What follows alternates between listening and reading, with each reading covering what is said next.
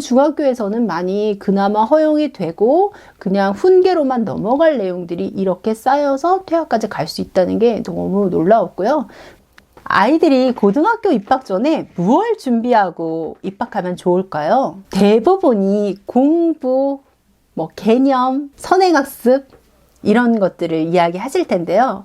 저는 조금 다른 이야기를 오늘 해볼까 해요. 고등학교 입학 전에 중학교에서 반드시 준비해야 할 것은 바로 학교를 대하는 태도라고 말입니다. 무슨 소리예요? 학교를 대하는 태도라니? 라고 의아해 하실 텐데요. 무슨 말도 안 되는 농담이신가? 이렇게 생각을 하실 텐데요.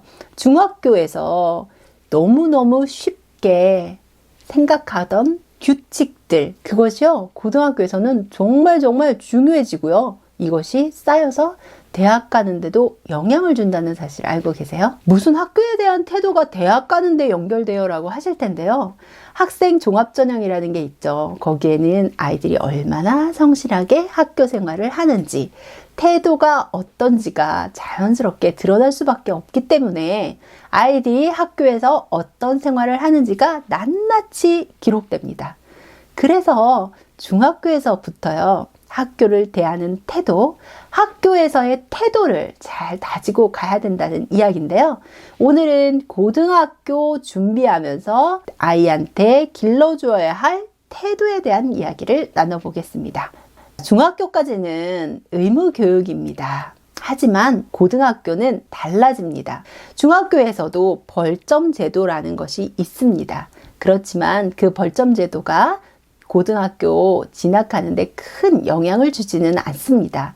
아이들을 관리하고자 학교에서 이루어지는 활동이고요. 벌점이 쌓이면 아이들을 불러서 학생부에서 계도하고 교육하고 하기는 하지만 실제적으로 그것이 어떤 영향을 주지는 않죠. 하지만 고등학교는요, 의무교육이 아닙니다. 그렇기 때문에 중학교보다 훨씬 더 많은 아이들이 퇴학이라는 과정을 겪게 돼요. 퇴학이라는 거? 무슨 퇴학은 굉장히 말썽 피우고 큰 문제를 일으키는 몇몇 아이들한테만 해당되는 이야기지 우리 아이가 거기에 해당될 리가 없잖아요, 선생님. 이렇게 생각하실 텐데요. 의외로 생각보다 많은 아이들이 퇴학이라는 과정을 겪게 돼요. 왜냐하면 고등학교에서는 이런 생활 태도라는 것들, 흔히 말하는 벌점들이요, 교내봉사, 사회봉사라는 것들을 거쳐서 퇴학까지도 연결되는 사례가 꽤 있기 때문입니다.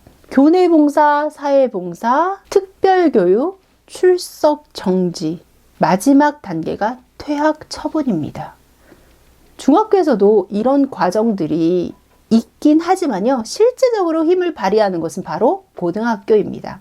그렇기 때문에 중학교에서 나 벌점 좀 받아봤어, 하지만 별거 아니었어 라고 생각하는 친구들이 고등학교에서 올라가도 똑같이 하게 되면 이게 문제가 되는 거예요. 내가 중학교 때 화장을 좀 했어요. 그러면 중학교 때는 선생님이 지워 이렇게 하고 벌점 좀 주시고, 흔히 명심보감을 쓴다던가 남겨서 특별교육을 받는다던가 이런 식으로 벌점이 그냥 쓰였다면요, 고등학교에서는 이게 쌓이고 쌓이면 무서운 결과로 이어질 수 있다는 겁니다. 오늘은 그래서요, 고등학교에서 벌점을 받을 수 있는 사항이 어떤 건지를 한번 알아볼까 해요. 고등학교에서 벌점을 받는 것이요, 중학교 때도 그랬었는데 괜찮았는데 라는 것들이 많으니까요, 이런 것들을 살펴보면서 아이들의 태도를 한번 더 다져보는 그런 시간을 가져보겠습니다. 학생부라고 하죠. 학생부에서 아이들한테 벌점을 줄 수 있는 고등학교의 기준, 어떤 것들이 있을까요? 제가 슬기로운 고등생활이라는 책을 참고로 해서 몇 가지 기준을 말씀드려 볼게요. 자, 스킨십을 한 학생 해당이 됩니다. 중학교에서도 이성교제를 하죠. 그래서 후미진 곳에서 스킨십을 하는 친구들이 있어요. 하지만 그 친구들이 벌점으로 이어진다거나 하는 상황은 많지는 않은데요. 고등학교에서는 이것이 바로 벌점에 해당 선도 대상입니다. 부당한 내용이나 방법으로 남에게 피해를 준 학생. 요즘 사이버 폭력에 해당이 되는 남의 이야기를 지어서 소문을 내거나 퍼뜨리는 행위도 학생 벌점에 해당이 됩니다. 교내외에서 남의 물건을 훔치는 학생이나 경찰에 연행된 후 훈방 이상의 조치된 학생, 또 흉기를 드는 학생, 외부로부터 학교에 진정 또는 통보된 학생, 무허가 또는 불량 동아리에 가당 가입하여 무리를 일으킨 학생 등 해당하는 학생이 그렇게 많지 않고 평소에도 큰 문제가 될 거라고 생각하는 부분들이긴 하죠. 또한 학교 고사 중에 부정행위를 하거나 방조한 사실이 명백한 학생도요, 중학교에서는 크게 처분이 되지는 않고 성적만 무효 처리가 되지만 이것 또한 쌓여서 벌점이 됩니다. 자동차를 운행하는 학생도 해당이 되는데요. 이런 부분들은 생각을 못 하셨던 부분이죠. 무단 가출 후에 무리를 야기한 학생, 학교의 공공기물이나 교내 차량을 고의로 훼손하거나 파손한 학생,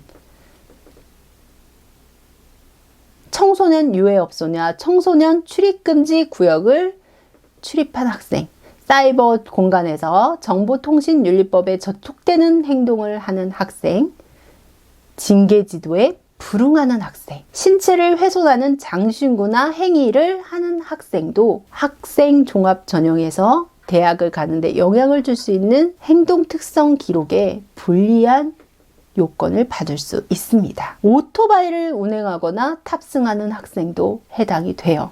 교내외에서 음주한 학생, 교내외에서 상습적인 흡연을 하거나 담배 및 라이터를 소지한 학생, 품행이 불량하여 개선에 가망이 없는 학생, 교권을 침해하고 교사에게 불손한 언행을 하는 학생, 이런 학생들이 선도 기준을 위반한 것으로 해당이 돼서요, 벌점이 쌓이는 학생이 됩니다.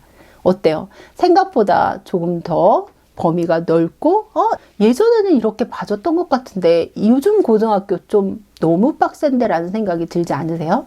예전 같은 경우에는 선생님들과 학생 간의 어떤 계도나 그런 게 가능했죠. 그래서 학생한테 이런 부분을 하지 말아라 하면 사실은 이런 부분에 소통이 잘 되는 편이었어요. 하지만 지금은 아이들이 선생님이 선도를 할 수 있는 방법이 사실 많지가 않습니다. 그렇기 때문에 이런 것들이 기재가 되는 거예요. 그리고 쌓여서 생기부에 영향을 주게 됩니다. 그래서 나 실수로 한번 담배 폈는데, 실수로 한번 오토바이 탔는데 라는 것이요, 자칫 큰 문제가 될 수 있습니다. 특히 이 중에서 문제가 되는 것이요, 결석, 결과, 조퇴에 해당되는 미인정 조퇴, 결과, 결석입니다. 이거는 학부모님들도 잘 알아두셔야 될 내용인데요. 미인정이라는 것은 별다른 큰 이유 없이 조퇴나 결과, 지각을 한다는 이야기예요. 그런데 예를 들어 아이가 아파요. 아프면 병결석이나 병조퇴, 병지각이 되겠죠. 그런데 이런 부분을 미리 선생님한테 연락을 안 해줄 경우는 미인정으로 처리가 됩니다. 왜냐하면요, 다른 친구들이 다 있는 상태에서 누구는 왜 안 왔니? 라는 얘기가 됐을 때, 병으로 배가 아파서 안 오게 됐어 라는 이야기가 되면 친구들도 저 아이는 병으로 지각하는구나 라고 이해가 되지만, 그런 연락이 없는 상태에서는 선생님이 어떤 이야기를 해줄 수가 없죠. 누가 안 왔는데 이 아이는 아파서 안 왔대, 무슨 사정이 있어서 안 왔대 라는 이야기가 안 되면 아이들이 인지합니다. 미인정 지각이구나. 그런 상황에서 선생님이 이 아이를 병지각으로 처리하기가 사실 어렵다는 거예요. 학부모님들은 당연히 이상하잖아요. 아파서 늦게 갔는데 왜 미인정입니까? 미인정이 쌓이면 출석 점수가 안 좋아지고 대입에도 영향을 주는데 왜 그럽니까? 하고 민원을 제기하시는 경우가 많은데요. 이런 경우가 해당이 돼요. 그렇기 때문에 아파서 늦게 가게 되면은 반드시 선생님한테 전화로, 문자로라도 연락을 하셔야 됩니다. 그래서 선생님이 그 부분을 파악하시고 계셔야 돼요. 그래야 미인정 처리가 안 됩니다. 또한 미인정 결과, 있습니다. 학교에서마다 기준이 다른데 수업 시작 후 몇 분까지 수업에 들어오지 않으면 미인정 결과 처리가 되는데요. 이 부분도 아이들한테 확실하게 연습을 시켜서 올려보내셔야 돼요. 예를 들어 내가 아파서 보건실에 다녀오느라고 수업에 늦었습니다. 그러면 뭐가 있어야 되죠? 보건실에서 주는 보건증이 확실한 기록이 되는 거예요. 그래서 그런 부분들을 챙겨서 와야지 내가 어디 화장실 갔다가 늦게 왔어요. 보건실에 갔다가 늦게 왔어요. 어디 잠시 들렸다가 늦게 왔어요. 라는 핑계가 중학교에서는 통하지만 고등학교에서는 다른 모든 친구들이 그 부분에 예민하게 바라보고 있기 때문에 쉽게 처리가 어렵다는 부분입니다. 그렇기 때문에 제가 학교를 대하는 태도가 중요하다고 말씀을 드린 거예요. 어때요? 지금까지 고등학교에서 내 선도 대상이 되어서 교내봉사나 사회봉사까지 이어지고 그게 쌓여서 퇴학 처분까지 가는 경우를 알아봤는데요.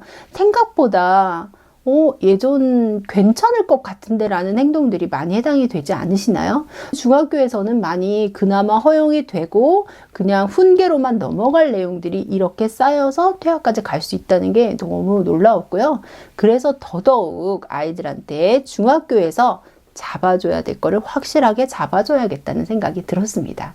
고등학교 올라가서 신경 쓸 것도 많은데 이런 부분들 때문에 자기가 열심히 공부한 것에서 타격을 받고 흠집을 받게 된다면 많이 억울할 것 같아요. 아이들이 속상할 경우를 대비를 해서 아이들이 이런 일로 벌점을 받는 일이 없도록 선도 대상이 되는 일이 없도록 지금부터 중학교에서부터 차근차근 태도를 연습해가면 어떨까 하는 생각이 드네요.